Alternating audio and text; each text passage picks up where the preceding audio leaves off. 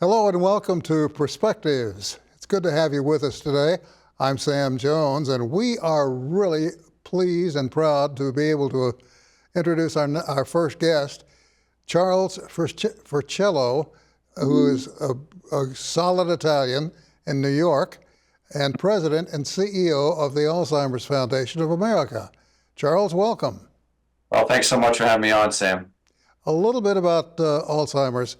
I have seen this malady affect families on both sides of the spectrum. What is it?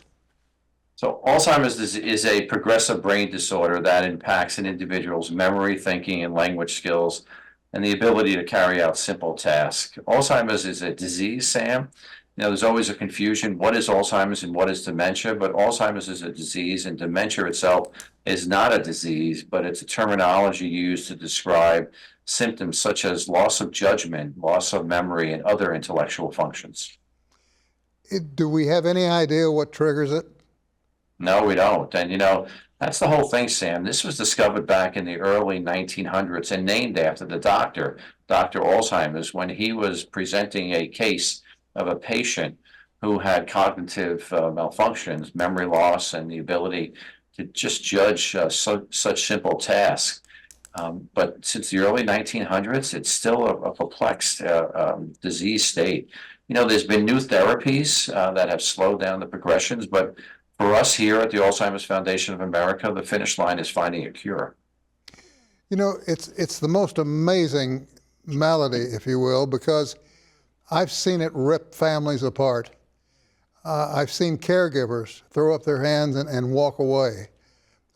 It's a very difficult situation on both sides of the fence. It truly is, and one of the things we encourage individuals, Sam, to do if they recognize in themselves or a loved one, early symptoms or the signs, memory loss, especially of recent events, names, and other information, confusion about time and place, and struggling to complete familiar tasks. We encourage them to see their primary care physician as soon as possible because not all memory issues are attributed to Alzheimer's disease. Someone could have sleep apnea, depression, a thyroid issue, vitamin deficiency, but you won't know unless you go and have it examined. So there is a good examination that one can go through that will tell you whether or not you have it. That's correct, and that's important that they take the first step.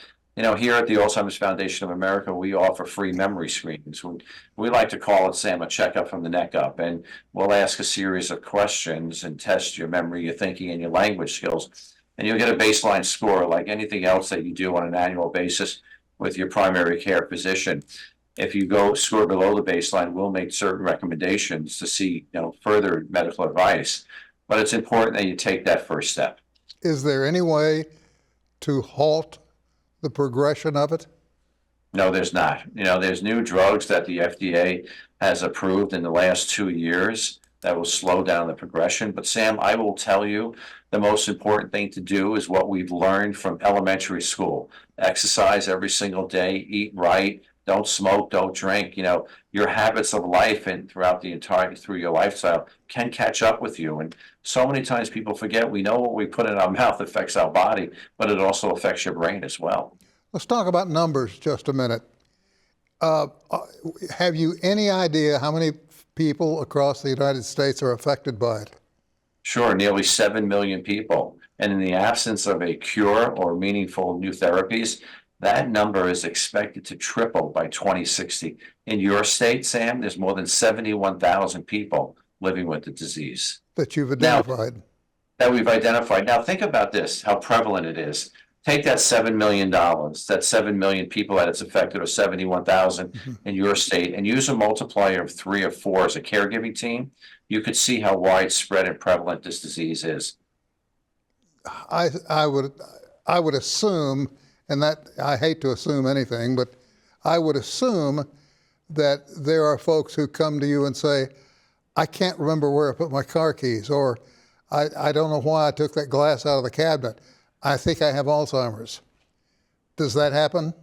It happens all the time. We have a a helpline that's staffed by licensed social workers that are dementia specifically trained. So we receive thousands and thousands of calls, or people go through the helpline, which is a toll-free number. It's 866-232-8484, or go through our website, alzfdn.org. We have the ability to chat with people in 90 different languages. But the first thing we'll tell them is to talk to your primary care physician or take a memory screening. So we offer them throughout the country, but we also offer them virtually as well. So anytime, any place we can do that free, but that's where the baseline starts. And it's important that you take that step. Can it strike any age? It can. We just had a women's empowerment forum because Alzheimer's disease affects, more women than men. And there was a caregiver there from Boston, Sam. And when she was 29 years old, her husband was 29 years old, he was diagnosed with Alzheimer's disease. Tragically, he passed away at the age of 34. So one of the misconceptions is that it's a normal part of aging, and it's not. You said it affects more women than men? 2/3 of those statistics I showed you impact women more than men. And they can't tell you why. So if that's going to be your next question. That was going to be the next question. Do we have any idea why? Scientists can't tell you why. There's so many factors that play into this: stress, obviously, longevity of somebody living longer, but there's no conclusive evidence as to why this disease impacts women more than men. I have heard all sorts of stories about people with Alzheimer's who, for example, some can respond to music.